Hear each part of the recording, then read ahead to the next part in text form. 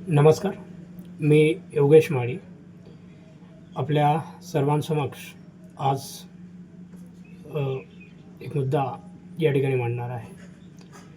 खरं तर आजचं जे काही चित्र आहे, दिल्लीतील जे काही आंदोलन सुरू आहे, आज ज्या पद्धतीने दिल्लीच्या सडकांवर विद्यार्थी तुडवला गेलेला आहे, नक्कीच हे चित्र या देशातील लोकशाही जिवंत आहे का हा प्रश्न उद्भवणारा आहे.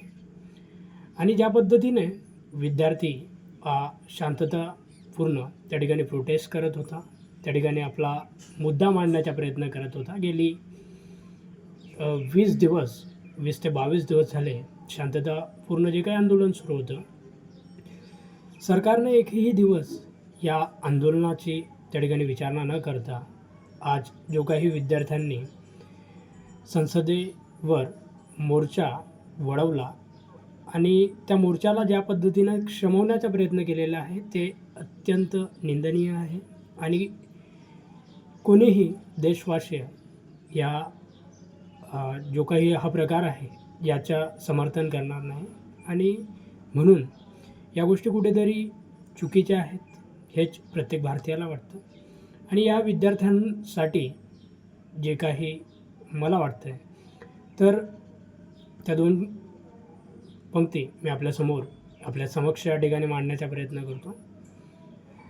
हम हमारा हक्क मांगते, नहीं किसी से भीख मांगते. हम हमारा हक्क मांगते, नहीं किसी से भीख मांगते.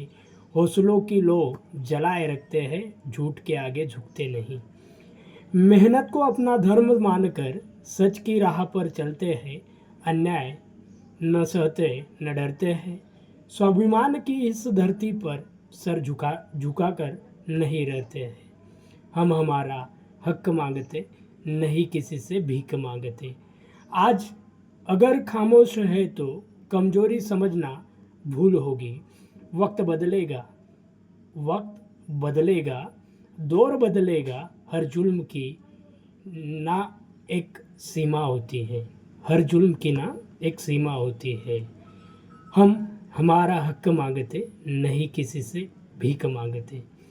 बांधवांनो, खरं तर जे काही विद्यार्थ्यांचं आंदोलन त्या ठिकाणी सुरू आहे आणि गेल्या काही दिवसापासून या विद्यार्थ्यांनी शांततेत हे आंदोलन त्या ठिकाणी सुरू ठेवलेलं आहे. आणि सरकारला का नाही वाटलं की त्यांनी यांचा जो काही मुद्दा आहे किंवा प्रश्न आहे तो त्या ठिकाणी ऐकावं.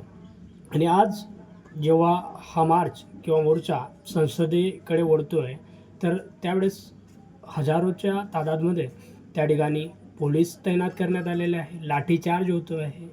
त्याचबरोबर अश्रूधुरांच्या ज्या काही नळकांड्या आहेत त्या अगदी सोडण्याचा प्रयत्न त्या ठिकाणी केला जात आहे. आणि हे चित्र नक्कीच त्या ठिकाणी लोकशाहीच्या दिशेने पोषक नाही. आणि म्हणूनच सरकारने देखील कुठेतरी नमती भूमिका घेणं हे अत्यंत महत्त्वाचं आहे. आणि विद्यार्थ्यांची बाजू त्या ठिकाणी समजून घ्यावी, तरच या देशातला जो काही युवा आहे, विद्यार्थी आहे, हा या ठिकाणी आपला प्रश्न मांडू शकेल, मत मांडू शकेल.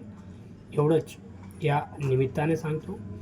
जय महाराष्ट्र, जय हिंद, वंदे मातरम.